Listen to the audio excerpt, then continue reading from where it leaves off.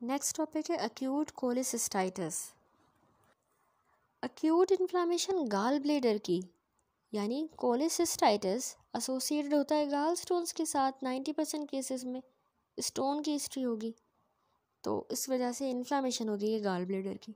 ठीक है, तो ये तब होती है जब स्टोन फंस जाता है ना सिस्टिक डक्ट में, और फिर इन्फ्लामेशन हो जाएगी उस ऑब्स्ट्रक्शन से पीछे।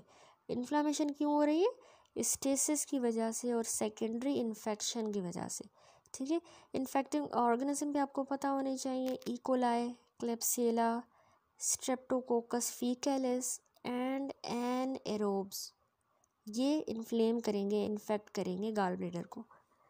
तो अब क्या क्लिनिकल फीचर होंगे? पेशेंट को पेन होगा, ऑनसेट अचानक से भी हो सकता है या super imposed pain on the chronic cholecystitis, और ये ज़्यादातर फैटी मील या लार्ज मील खाने के बाद पेन होगा। साइट इसकी एपिगेस्ट्रम पर होगा या फिर ये राइट हाइपोकॉन्ड्रियम में पेन होगा। एपिगेस्ट्रियम या फिर राइट हाइपोकॉन्ड्रियम रेडिएट करेगा through the trunk to the tip of the right scapula.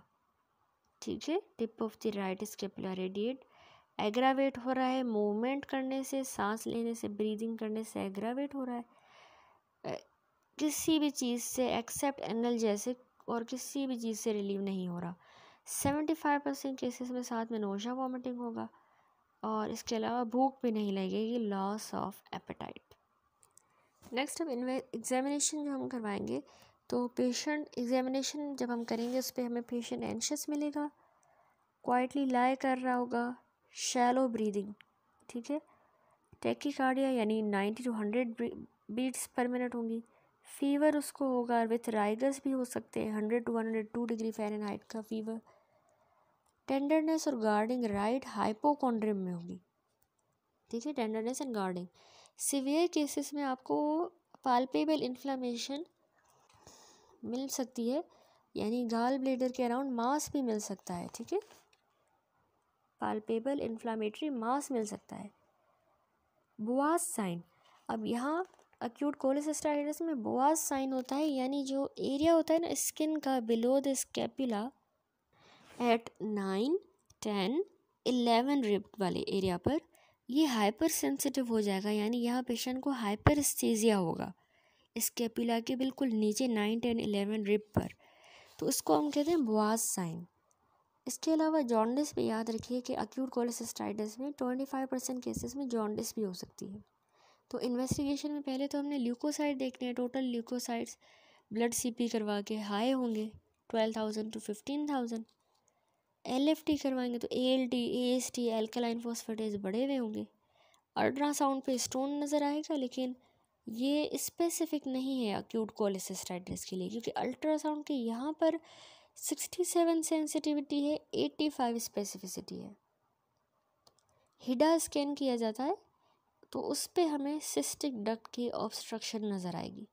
ठीक है, तो क्या डिफरेंशियल हो सकता है इस तरह की पिक्चर में हमारा?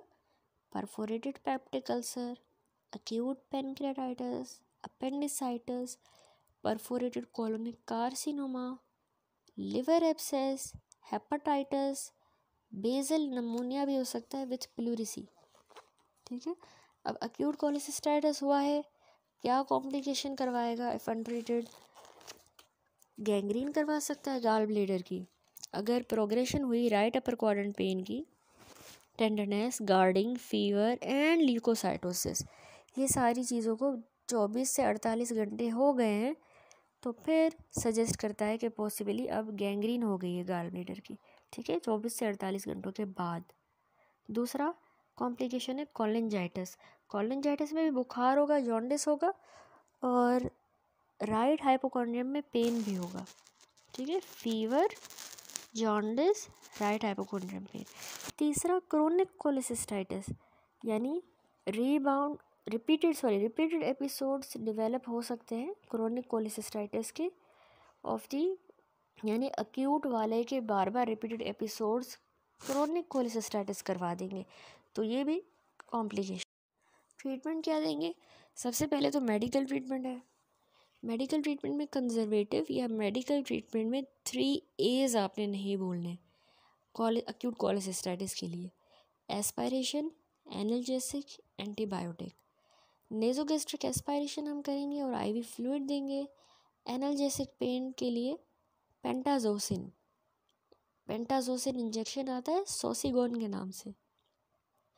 और एंटीबायोटिक्स में हम इंजेक्शन सेफिरॉक्सीम देंगे 1.5 ग्राम IV 8 hourly plus injection metronidazole. ठीक है, तो aspiration, analgesic and antibiotic. Surgical management में हमने क्या देना है, कॉलेसिस्टेक्टमी करनी है। अर्ली कॉलेसिस्टेक्टमी अब ट्रेंड बन गया है क्योंकि इसकी कोई टेक्निकल कॉम्प्लिकेशन नहीं है अर्ली सर्जरी की। लेप्रोस्कोपिक कोलिसिस्टेक्टमी परफॉर्म की जाती है 2 to 3 डे आफ्टर हॉस्पिटलाइजेशन। ठीक है, जिस तरह अक्यूट पैनक्रेटाइटिस में 2 हफ्तों के बाद हम कह रहे थे कोलिसिस्टेक्टमी, लेकिन यहाँ पर 2 से 3 दिनों में ही कर सकते हैं laparoscopic cholecystectomy. High risk patient में ultrasound guided aspiration gall bladder की पोस्टपोन कर सकती है या इवन अवॉइड कर सकती है need for the surgery. Cholecystectomy is mandatory when there is evidence of gangrene और परफोरेशन। ठीक है, गैंग्रीन है या परफोरेशन है तो फिर उसमें हमें कोलिसिस्टेक्टमी लाजमी करनी होगी। दैट्स इट, ये टॉपिक हमारा अक्यूट कोलिसिस्टाइटिस कंप्लीट